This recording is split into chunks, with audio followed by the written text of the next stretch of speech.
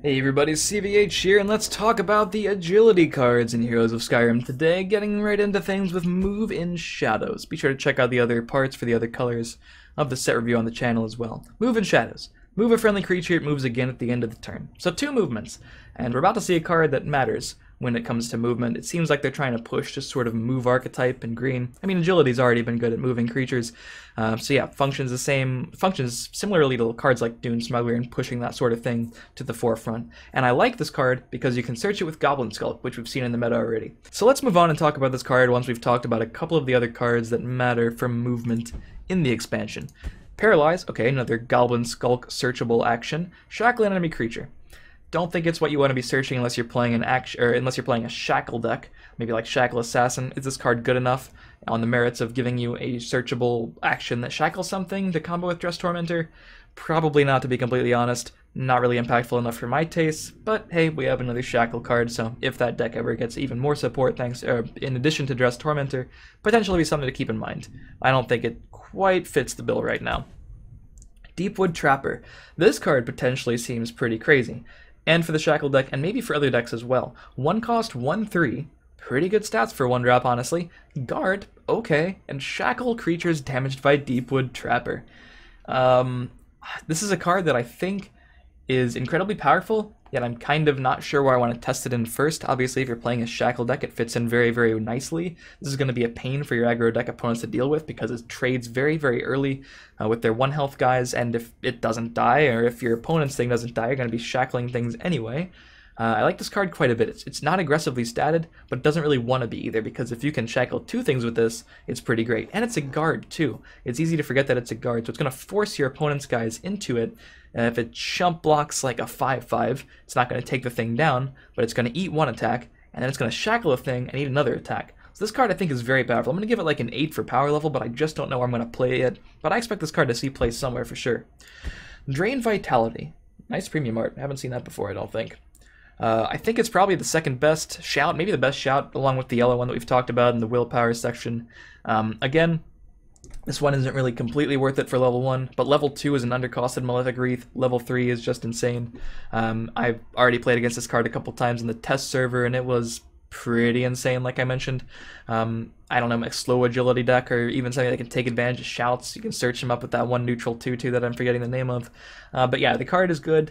Again, not totally sure where I'm going to see it, but I could definitely see it in a slower agility deck. Seems very powerful too. Alright, next, Palace Prowler. So, probably a little bit less impactful than I thought in my first impressions video. It is a 1 cost 1/1 that is probably going to die. It's unlike Deepwood Trapper with the good stats.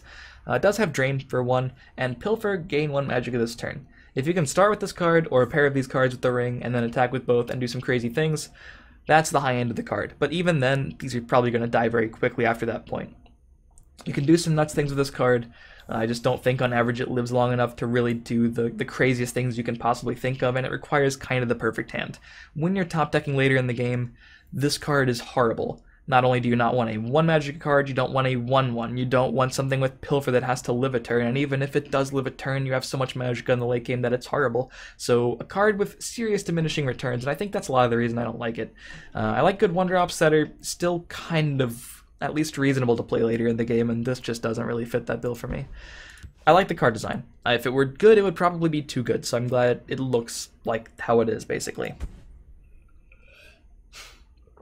Barter. Now this is quite interesting, because my first game of Constructed on the test server was against Bradford Lee, and he bartered away his angry chicken.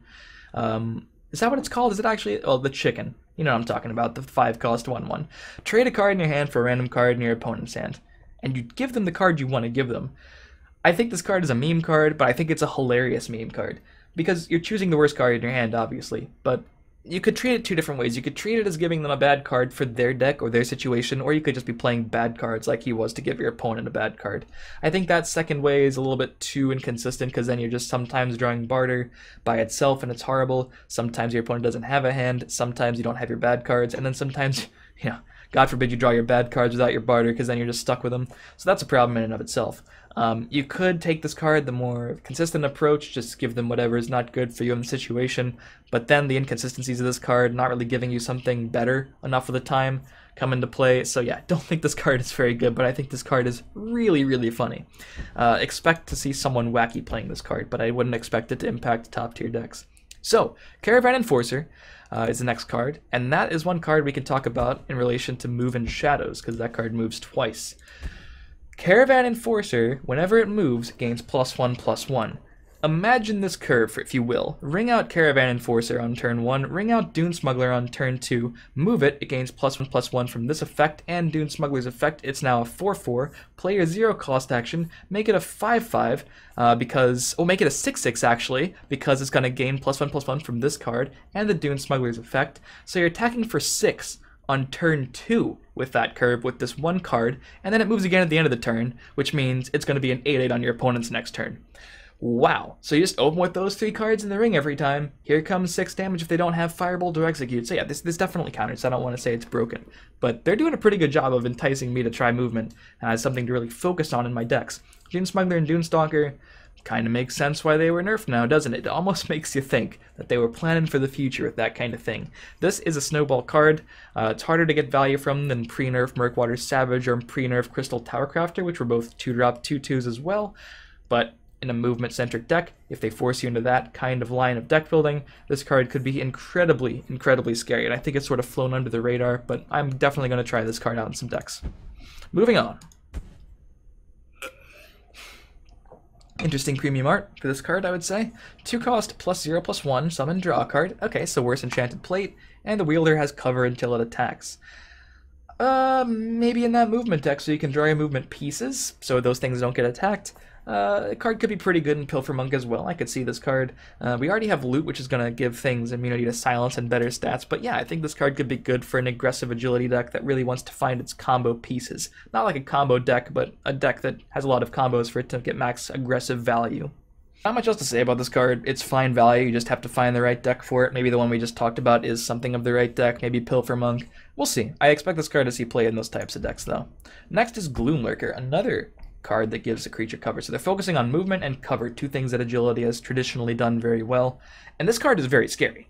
2 cost 3/1 with Prophecy. That's Dune Stalker stats, and that card is kind of reasonable, or at least it was before it got nerfed. Maybe it will be again with the movement stuff. And cover is just a very, very powerful thing. Again, they can still target it with actions and creature effects and stuff, but you can play this after a Goblin Skulk, keep it alive for that 1 extra critical turn. The card is just good, I think. You can attack with something big, then cover it so they can't lethal into it. They'll have to find removal. And again, the fact that it's a Prophecy is really saving this card. Even if you don't have any use for the effect, you can just give itself cover when your opponent breaks one of your runes. Here's a 3/1 that they can attack immediately, even if you put it in a contested lane, set up for a trade, set up for a face attack. Just a good card all around, I think. I expect this to see a fair bit of play. Really solid common. Lockpick is an interesting one. Either put another Lockpick into your hand, or draw a card and reduce its cost by 2 chosen randomly. So, best and or worst case could be just putting infinite Lockpicks into your hand. Worst case scenario, I don't know, maybe you just don't have time to get another Lockpick. This is like a combo card, but it's hard to think of what kind of deck this could really combo in. If you're able to get this card going with a card like... I have to talk about other cards but talking about this card, because I've seen Thieves to the Fence already, or Thieves Guild Fence already, excuse me, Feast of the Fence, what am I even talking about? When you draw a card on your turn, reduce its cost by 1. So best case scenario, you have 2 of these on board, you draw a Lockpick, you have a Swindler's Market out, and you go infinite on Lockpicks, and then you draw another card and reduce the cost by 2, and then you can just keep killing your opponent, basically. Could be a pretty sick way to OTK. In the average deck, this card sucks. I don't think this card is good for any like proactive strategy, but in the right situation for a combo deck, it could be really powerful. Really hard card to analyze, though. Super cool card design. Elder Gleam Matron. Summon, putting random animal into your hand. Now this card has reasonable stats and a reasonable effect, so I'm already thinking Arena, because Arena is very curve-based. Random animal into your hand, you can plan for it a bit better than if it just transforms into a random animal, looking at you, Zulane. But 3 cost 4/2 and constructed, a little worse, and you can't really plan for the effect. I don't think it replaces any existing 3-drops, but as we'll see, they are trying to push for some animal support. I don't think it's quite enough in this set, but maybe in the future. Shadowmaster. Gives a friendly creature cover. Your opponent can't target it with actions until your next turn. Okay, so now it actually is stealth from Hearthstone. We've reached the scary stealth territory. So give a creature stealth for a turn. 3-drop 3/3. It's completely reasonable. I could think of a good number of cards I want to be using this on, from Goblin Skulk to Lilendril Hexmage to other things as well. Any big threat just can't be Piercing Javelin or Edict of Azure. They're going to have to find a way to kill your stuff with things that don't target, like Dawn's Wrath or Ice Storm or something like that, Immolating Blast. So this card is going to make whatever you want basically stick on the board for a turn. So in any sort of combo deck where you need something to stick, it's great. Yeah, good at protecting your little guys too. Will it be good enough to see play in every agility deck? I don't know. I wouldn't be surprised if people test it in virtually every agility deck, protecting those pilfer cards, protecting those movement cards that we just talked about in that deck, for example, so they can't get rid of it at all. Like, you want to silence it? Well, you can still do that, but anything else like an Edict of Azure, Piercing Javelin is just not going to work. And if you don't have anything like that, that silences, it's going to be, or silences are more mass kills, but what can you do really early against something like that? There's no mass kill that early in the game that sweeps and doesn't target. So this card is very scary early, it can be very scary late, just a reasonable body as well. I like this card a lot, and yeah, you can give it cover itself. So if you just want a 3/3 on board that interacts not at all until your next turn, works for me. Next card, Shadowscale Partisan. We have seen some more emphasis on lethal as well. That's one thing I didn't touch on yet. But a 3-cost 2/4 with lethal isn't very bad. That could double trade early in the game. The problem with this card in most decks is that you won't be getting the effect too consistently, but if you build it around lethal, it could be good. So in the average deck, probably like a 4 in constructed, but in the lethal deck, if you want to try something like that, could be 7 or 8. It could be one of the reasons you play something like that, just for a solid 3-drop that's really annoying. Does still get executed though. And in Arena, 3-cost 2/2 with lethal is something I'll already play basically. Thieves Guild Fence, again, crazy combo card potentially. In combination with cards like Swindler's Market and the Hit and Run card that we've seen in the Strength review so far. You can check that out if you want to know what that card does. A very, very scary card. The fragility of the card is the problem. It's probably going to die. But if you don't respect it, like I did in the test server, and you let it stick for a turn, it could just wind up killing you with a crazy combo out of nowhere. I don't think I'll play this card in the curve-based deck. Don't think the reduction matters that much to really pay for these stats. But this is one of the more powerful legendaries in the game for a very specific style of deck. Moving on to Woodland Lookout. Now this card is pretty obviously just good. When you summon a dragon, gain 4 health. Not much to say about the card. I think if you're playing agility and you're playing dragons in your agility deck, you play this card if you're really focusing on the dragons. 4 health is a lot. The slow decks need a consistent way to heal. This card trades early. It heals for a good amount. You can get the effect off while accomplishing your game plan. It does so much for dragon decks and agility, and particularly against aggressive decks, but even when it's not against an aggressive deck, it's just a reasonable card that survives Ice Storm, survives Crushing Blow, survives all kinds of things. I like the card a lot. If you're playing agility dragons, you probably play Woodland Lookout in that deck. 4-cost 4/4 vanilla with pretty sweet premium art. Excited to play it in Arena sometimes, excited to never touch it in Constructed. Has no race benefit as well. Pretty cute, pretty cute. Serpentine Stalker. This is a good dragon. We see the 4-cost agility dragon this time with Slay +2/+0, and it can move to attack creatures in the other lane. This card is solid, right? You can't really defend against this card. Very similar to Blood Dragon. Less stats. Obviously, this card can still get lightning bolted, as all of the dragons that cost 4 that we've seen so far can. But yeah, if you're playing a deck that wants to get dragons on the board early, you play this card. I think it's a pretty easy inclusion in any agility dragon deck. And I think that's a direction a lot of decks are going to take, is just focusing on dragons for starters. Will they stand the test of time? I'm not sure, but I think you play this card if you're playing that kind of agility strategy. Sightless Skulk. Nothing new here. We've seen this card in every attribute so far. Now this is 4-drop 4/3, instead of whatever the other stats were. Drawing a card, it's reasonable. I can think of a couple decks I'd probably want this effect. Maybe a Goblin deck. Goblins are 1 race, you can really use this card. Maybe a movement deck, given things cover, they're sticking around, you can draw that card early. 4-cost 4/3, find more ways to move your guys, find more Pilfer cards if you're playing a Pilfer Monk deck, maybe. The card isn't insane, it is not great stats for a 4-drop. None of these draw cards have great stats, but it is good draw power. We didn't really have too much draw power in green that was for an aggressive deck. This does seem like that kind of thing for like maybe a Goblin Archer or something like that. I like the card. Okay in Arena, enough the stats are not terrible. Swims at Night puts a random 0-cost into your hand, and after you play a 0-cost card, it gains +1/+1. You could say this is good in like a Swindler's Market Archer deck, but this isn't really the win condition at all. You're just trying to burn him out with Swindler's Market, so I don't think this card really has too much of a place. The random 0 cost card, while it does have immediate impact because you can play that for 0, I don't think the cards are that powerful to include this in the average deck, and I just don't think this is where those kind of Swindler's Market decks want to be, so yeah, not thinking this card is too good, unfortunately, for fans of the lore. Moving on to Brynjolf. We've talked about this card a bit in first impressions videos before. When a friendly creature pilfers or drains, you gain 1 Magicka this turn. Magic Ramp is very powerful, and as such, I think this card is potentially very powerful. We haven't seen too much Pilfer Monk support besides that 1 yellow Khajiit that gives things Pilfer Draw card. That said, I think you just play this card in a Pilfer Monk deck. I think it's good enough. If you're draining as well, all the better. You can gain multiple Magicka in a turn and play additional things. If this card sticks for multiple turns, you probably win, but it's a unique legendary, so it doesn't change the nature of that deck too much. But I think it's a pretty easy inclusion in Pilfer Monk. I haven't played the deck too much, but I think you play it in there, and I don't think you play it in too many other decks, just for consistency concerns. Nightcrawler. When it gains cover, draw a card. So it does have synergy with a couple of the other cards we've seen so far, like Gloom Lurker, but this card is really, really slow for turn 6. I think a couple of the other cards that are cute for cover are okay, but this card is just too slow to really get too much value out of consistently, and if you don't have anything to give it cover, this card is just not good enough. It's just a 6 cost 5/3 withdrawing 1 card. Yeah, not feeling this in Constructed or Arena, to be perfectly honest. Sharepoint Dragon is a card I am feeling, and have been feeling since I first saw it. Given a creature a Malefic Wreath, basically -2/-2, and when reduce a creature's power or health with another effect, reduce it by an extra 1. I think this card is one of the most powerful cards in the entire set. I think you can reasonably play this outside of Dragon decks as well.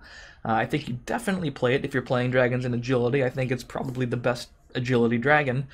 You can play 3 of these cards along with the Curse package, or with the Drain Vitality Shout, or with Malefic Wreath, Smirkwater Witch. There's so many ways to take advantage of this effect outside of the initial impact you have on the board. If this card sticks, all the other cards that I just mentioned get way better, including the other copies of this. I like this card a lot. I think it's a solid 8 or 9 out of 10 in Constructed, and in Arena it's just fantastic as well. Immediate board impact.